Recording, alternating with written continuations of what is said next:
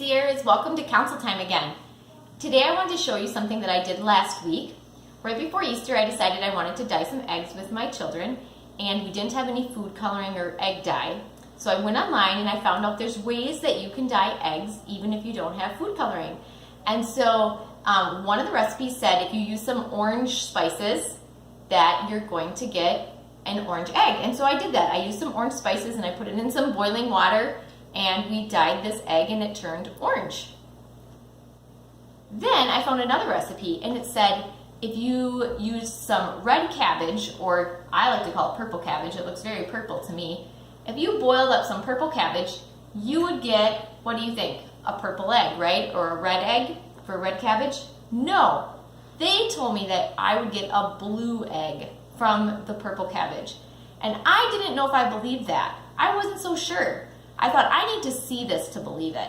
So I did it. I boiled up some purple cabbage, and you know what happened? I got a blue egg.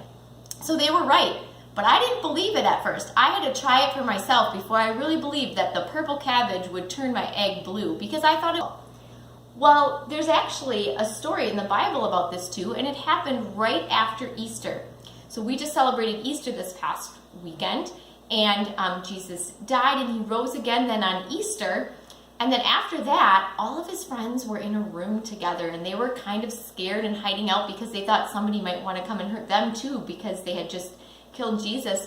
And Jesus came to this group of his friends and he talked with them, then he left.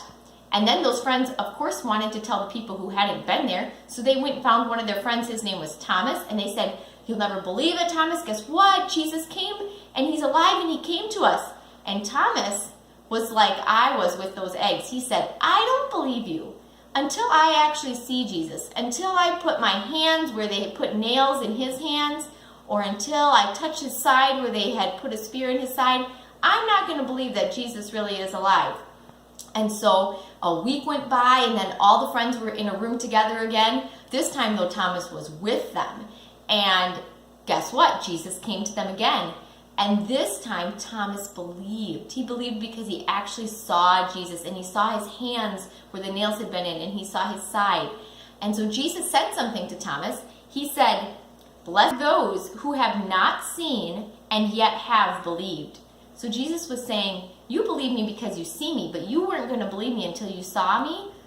But you know, there's going to be people that come after you that won't get to see me, like us today. We don't get to see Jesus right here at our kitchen table with us today, but we believe that he did die and did rise again. And so there's a verse that you can memorize to help you remember what this faith is and believing without seeing, and that comes from Hebrews chapter 11, verse 1.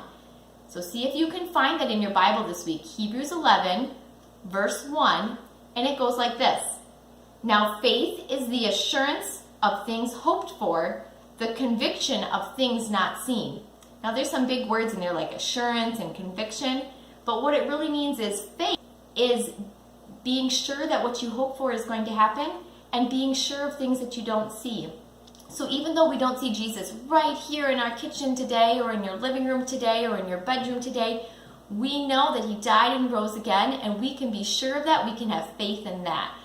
So my challenge for you this week is to look up Hebrews 11 chapter 1, and then also I'm going to challenge you as you start a prayer this week with your family, or maybe you're just praying by yourself, you can just tell Jesus that. You can say, "Jesus, I can't see you right now next to me, but I have faith that you can hear me when I pray, and I have faith in you. Even though I can't see you, I'm not going to be like Thomas who didn't believe until he saw.